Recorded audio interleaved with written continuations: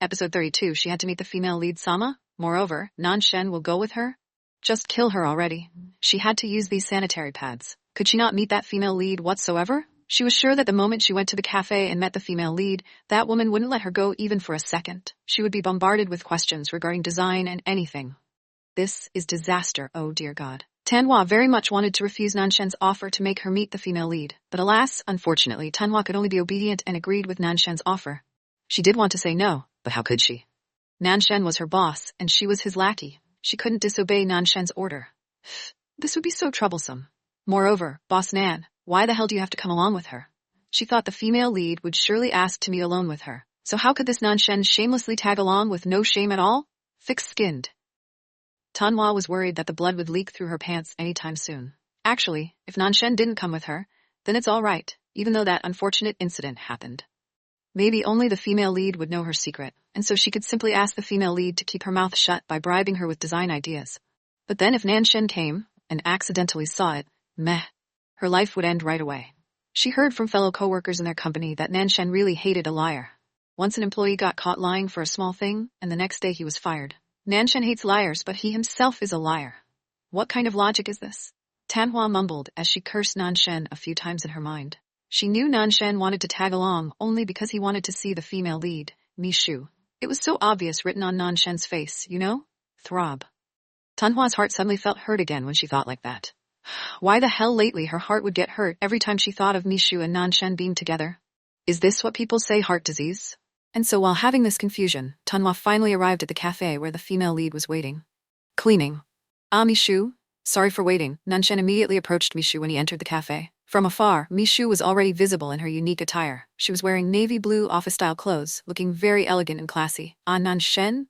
Why are you here? Mishu was for sure startled when she saw Nanshen came along with the boy she wanted to meet.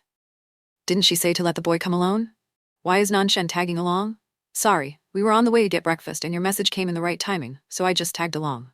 I will leave shortly after I have breakfast here, so don't worry. Nanshen very skillfully lied as he casually sat down on the sofa beside Mishu.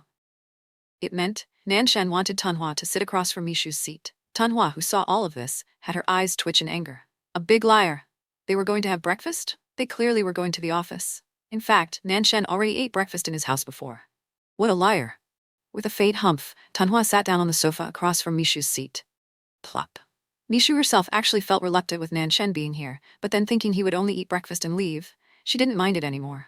Nanshen was ordering food for himself, so it was time for her to start this conversation with the boy in front of her. Ahem. So your name is Tanhua, right?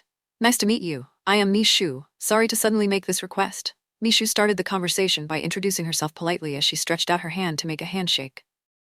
Tanhua was actually still a bit nervous, facing this badass female lead, as she wanted to quickly go to the toilet to wear the sanitary pads, but she, in the end, reluctantly took Mishu's hand and shook it. Let's hear what Mishu wanted to say first, and she could ask her to go to the toilet in the middle of their conversation. Then after that, Mishu started to ask many questions regarding Tanhua's design, such as how Tanhua could get an idea like that, and if Tanhua had another idea or something like that. The conversation went so well that Tanhua couldn't even interrupt it by saying she wanted to go to the toilet. The conversation ended 30 minutes later, and only then could Tanhua say she wanted to go to the toilet. Shrak. Tanhua stood up and turned her body to go to the toilet, but then Mishu saw a faint red stain on Tanhua's pants. Is that? Tanhua still didn't realize that the blood on her panties had already leaked through her pants, making a red stain on it. Nanshen was currently busy with his phone, so maybe he hadn't seen it yet, but Mishu did see it. That is a red stain? Blood? Why would Tanhua be bleeding there? But it doesn't seem like Tanhua is wounded in the butt area. If it's bled from another place, then it's her period. Mishu immediately stood up and chased after Tanhua while taking off her suit. Tap, tap. Tanhua was walking at quite a quick pace, heading to the men's toilet, as she was dressed as a boy now, when suddenly someone grabbed her arm. Grab! Tanhua! Mishu suddenly called Tanhua before she entered the men's toilet. Before Tanhua could say anything, Mishu quickly covered Tanhua's pants with her suit and dragged her to the women's toilet. Fortunately, the cafe wasn't crowded at that time, so no one saw Mishu dragging Tanhua, who was currently dressed like a boy, to the women's toilet. Clack. Tanhua was, of course, startled when Mishu wrapped her suit around her waist and dragged her to a women's toilet. Why the hell did Mishu drag her to the women's toilet? Did she have to say something important with her alone? But why the women's toilet? Well, let's see what Mishu wanted to say first. Despite her confusion, Tanhua decided not to say anything until Mishu was the first one to speak. She wasn't good at facing someone like Mishu after all. Tanhua, you? After there was only the two of them inside the toilet, Mishu released Tanhua's hand as she crossed her arms on her chest, looking very cool. Yeah? Tanhua still didn't know that her secret, her real identity, was already discovered by Mishu the moment she chose to wrap her own suit to cover the blood stain on her pants. So you are actually a girl? Mishu dropped the bomb so suddenly, making Tanhua almost slip and fall on her butt. What? What did she say? She said that Tanhua is actually a girl? How did she know? Tanhua was so shocked that a cat got her tongue.